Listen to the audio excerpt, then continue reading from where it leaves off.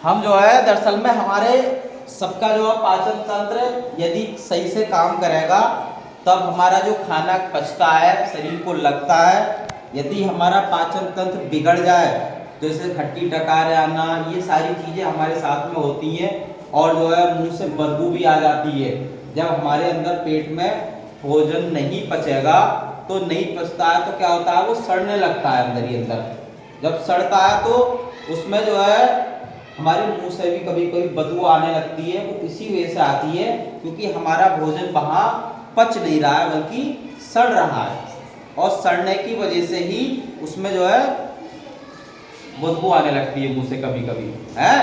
अब देखो, अब हम जो है जैसे मनुष्य के पाचन तंत्र की यहाँ बात कर रहे हैं तो सबसे पहले हमने जो है पाचन अंग की बात कर रहे हैं। हमने पार्ट दो में डिवाइड कर दिया, पार्ट ए और पार्ट बी। अब पार्ट ए में हमारे आते हैं पाचन अंग। अब पाचन पाचन अंग हमारे कौन कौन से हो जाते हैं? पाचन अंग हमारा सबसे पहला मुख गुहा, यानी कि जो हमारा मुंह होता है, ये भाई हम खाना मुंह से ही तो खाते हैं। अब मुंह में जब हमने खाना लिया तो हमें खाने को ज्यादा से ज्यादा चबाना चाहिए। जितना ज्यादा भोजन चब जाएगा, चबा देंगे हम अपने दांतों से, उतना ज्यादा जो है लुगदी बन जाएगी, मतलब उतना ज्यादा बारीक हो जाएगा। तो जो ग्रास नली है हमारी, ये वाली दिखाई दे रही है, ये जो ग्रास नली है, ये पतली सी नली सी होती है। अगर इसमें जो है खाना अच्छे से चबा के खाएंगे हम तो ये आसानी से यहाँ आ जाएगा, इसमें आमाशय में। यदि हम जो है खाना जल्दी जल्दी खाते हैं, चबाते सही से नहीं है, या खाते पे किसी से बात कर रहे हैं तो खाना क्या होता है, इस ग्रास नली में अटक जाता है, पहुंच नहीं पाता, तो हमें कभी कभी फंदा भी लग जाता है। तो ये जो है सबसे पहली चीज, खाना हमें जो है चबा चबा कर ही खाना चाहिए। क्यों? क्योंकि खाना जितना ज्यादा चबा के खाएंगे वो उतना ही जल्दी पचेगा भी हमारा। अब पचने ग्रास नली से जो है हमारा होता हुआ, इसको भोजन नली भी कहते हैं। भाई भोजन हमारा जो खाया हमने मुंह में, उससे जो है भोजन नली से होते, ग्रास नली से होता हुआ कहा जाएगा हमारा ये आमाशय में। ठीक है। अब आमाशय से जो है चीजें मिलती हैं इसमें। उसके बाद जो है छोटी आंत होती है हमारी। छोटी आंत में खाने का जो है एब्जॉर्ब होता है। जैसे कहते हैं ना, खाना खा के हमें ऊर्जा मिल गई, मतलब ताकत मिल गई। तो ताकत कैसे मिलती है भाई हमें? खाने में ताकत है, इसका मतलब खाने में ताकत कैसे मिलती है?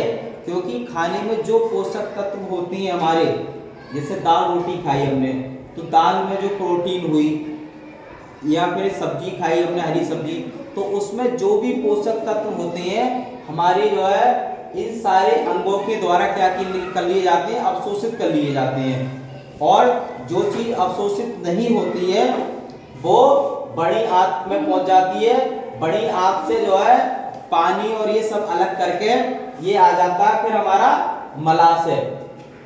मलाशय जो है किसको कहते हैं? जो पोषक तत्वों को समेटने के बाद में, शरीर को एब्जॉर्ब होने के बाद में जो भी बच जाता है, मलाशय के रूप में हमारा बन जाता है। और मलाशय क्या होता है? जिसको जो लैट्रिन बोलते हैं, क्या होता है?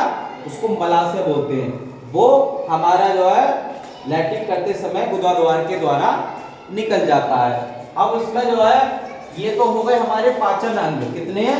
5। अब ये होती है हमारी यकृत और अग्नाशय। ये क्या है? हमारी पाचन ग्रंथियां। इनसे जो है खाने में पाचक रस निकलती हैं। यदि ये जो है ना निकले इनसे पाचक रस, तो क्या होगा हमारा कि खाना जो है सही से हजम नहीं हो पाता, पच नहीं पाता। तो ये पाचक रस निकलते हैं इसमें से। ठीक है। और इससे जैसे मान लो यकृत है, यकृत से हमारा निकलता है पित्त रस, और इससे जो है निकलता है अग्नाशय रस, अग्नाशय से। तो ये हमारे जो है पूरा क्या कहलाता है सिस्टम? पाचन तंत्र।